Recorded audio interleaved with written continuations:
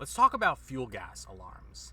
Now, when I talk about fuel gas, I'm talking about natural gas or liquefied petroleum gases such as propane or butane.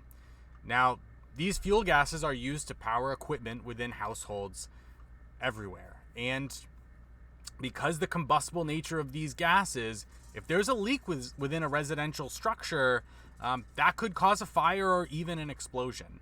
So today I want to talk about some of the placement requirements, and the placement requirements as well as the location requirements are in NFPA 715, which is the standard for the installation of fuel gas detection and warning equipment. Now, I put together a notebook here in NFPA Link, which kind of goes over some of the requirements that we have in Chapter 9 of NFPA 715. Now, real quick, NFPA 715 covers the installation of fuel gas and warning equipment. One thing to note, it doesn't require you to put it in, right? You need another code or standard to state that it needs to be installed, and then it's going to send you to NFPA 715 for the installation. Now, it covers all fuel gas detection and warning equipment. So talking about commercial structures as well, like fire alarm system installations. So we're just talking about residential fuel gas alarms, and that's Chapter 9. And that is different than if we were talking about a fire alarm. So I'm just going to talk about the Chapter 9 stuff here. Now, this is some of the requirements. Now, when we're talking about the equipment, real quick, some examples include we've got fuel gas heating systems, fuel gas grills, water heaters, fireplaces, generators, dryers. All of those are possible to be fueled by a fuel gas, and that's what's going to be covered by this standard. So Chapter 9, the requirements for the detector location. This is all 2026 edition requirements.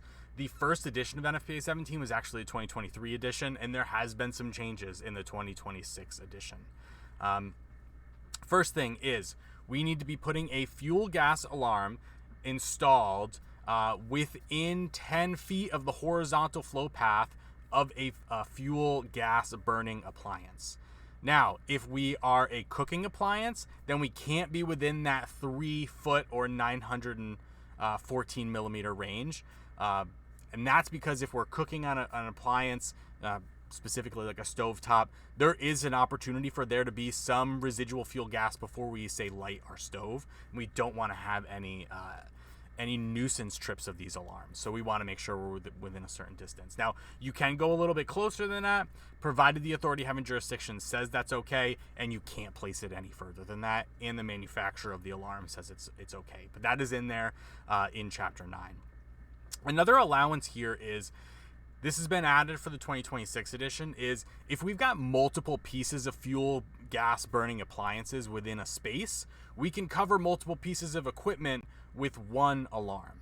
Now, we need to have a minimum of one fuel gas alarm per 600 square feet or 56 square meters of contiguous floor area, and we can't be more than 30 feet or 9.14 meters from any fuel gas burning appliance or grouping of appliances. So that's an allowance there, but for the most part, you're going to be providing one within that distance of that fuel gas burning appliance, and usually they're going to be fairly close to each other. Now, some other requirements. If our fuel gas entry point is below grade, say in the basement of a house, we need to have a fuel gas alarm installed in the basement. If our fuel gas entry point is inside of the garage, then we need to have a fuel gas alarm installed in the garage. Now, real quick, you can cover these two requirements for in the basement or in the garage if there's also the fuel gas burning equipment in that space and you're covering that detection with that specific alarm for that piece of equipment. So just to note that. And then one more requirement here. One of the biggest things about fuel gas alarms is one of the biggest goals is we want to awaken sleeping occupants in the dwelling unit if there's a gas leak.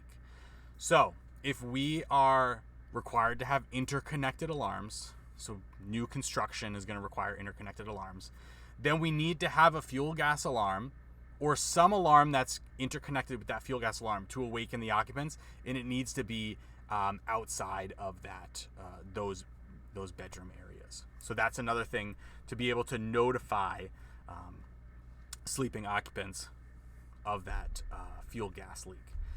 And then as far as placement, we've got the requirements here for placements. So when we are required to have it in a location, here's how we place it.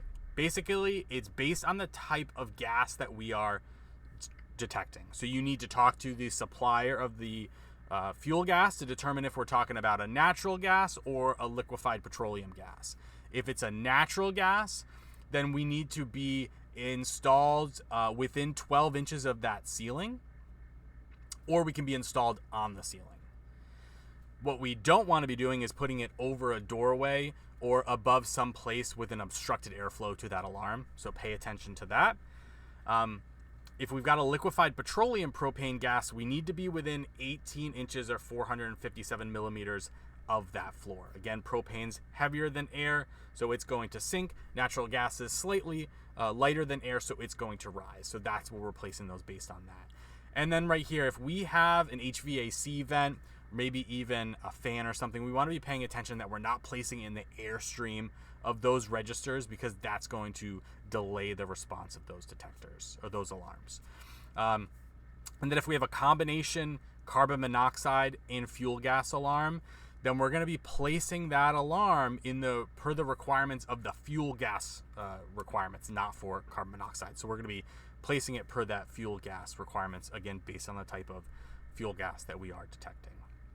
So those are the two main requirements as far as placement and the location. Again, a lot of it comes down to what type of gas we're trying to detect, and then where are our sources. We want to have it near our sources, and then again, potentially in the basement or the garage if that's where our entry points are, and then we need to have it near those bedrooms in order to awaken somebody if there is a leak. So that's what I have. A lot of this stuff I took out of enhanced content, which is in NFPA link. There's also a fact sheet that we've created. I'm going to put a link in the description below to a blog, and at the bottom of that blog, there's a fact sheet which has all of these requirements. So I highly recommend checking that out. So those are requirements here for residential fuel gas alarms. And as always, stay informed and stay safe.